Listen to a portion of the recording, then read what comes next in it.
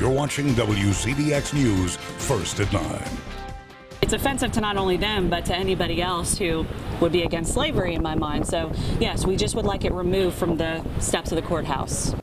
Protesters fighting for the removal of the hotly debated Confederate statue. It stands right outside the Madison County Courthouse. It's been there since 1905. Thank you for watching tonight. I'm Chase Gallimore. And I'm Jen Jacobson. After several peaceful protests, petitioners are now bringing their arguments to the Madison County Commissioners, hoping for change.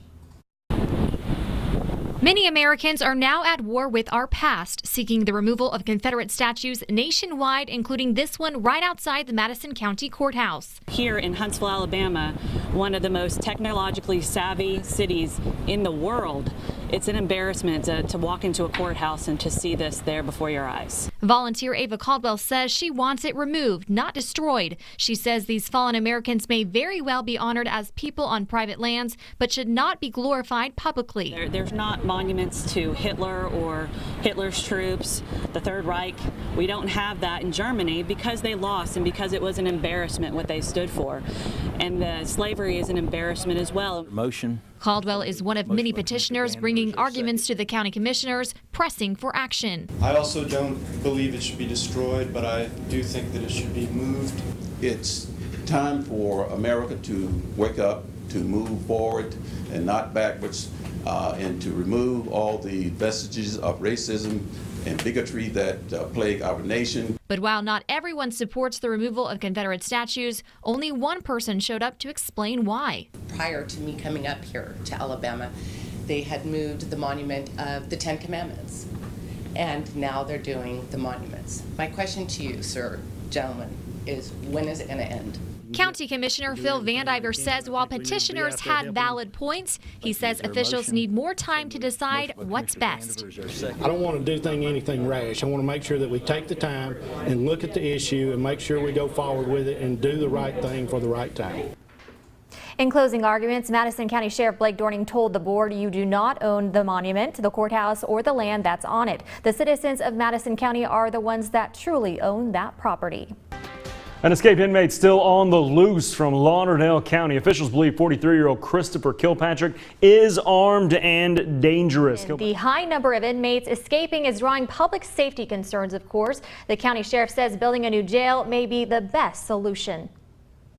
The problem we have is we're crowded, and crowding prevents a lot of times preventive maintenance. The recent rash of inmate escapes is prompting change for the Lauderdale County Jail. We expand the number of holding cells we use. Sheriff Rex Singleton says among the problems is the building's design. The plumbing chases are inside the cell blocks, which is a poor design to start with, and to give the inmates access to that. And they have been able for some time to pick the locks and get into the chases and get into the attic. Because of this design, 2 inmates escaped through the roof. One of the Florence police officers actually observed him on the roof, at which time Florence police surrounded the jail. Sheriff Rick Singleton says inmates have also figured out how to bust open heavy-duty locks. The locks inside any jail are some of the most secure and heavy-duty locks you can buy.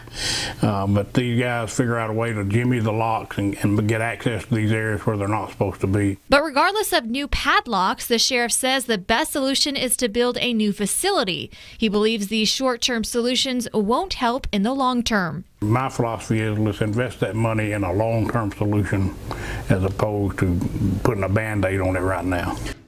Sheriff Singleton says officials are hoping sales tax revenue from the state will be used to build the new jail. And in the meantime, his team is still searching for Christopher Kilpatrick. If you see him, please contact police. To those affected by this storm, we are praying for you, and we are here with you every single step of the way.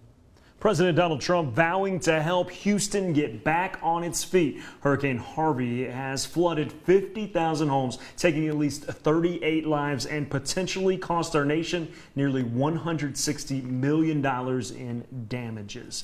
We are bringing you the very latest as the numbers pile up for one of the worst disasters in U.S. history. Thanks for joining us tonight. I'm Chase Gallimore. And I'm Jen Jacobson. Much of southeast Texas is still enduring epic flooding. 33 counties are now federal disaster areas, but there is some good news in Houston we are all holding on to. The sun is returning.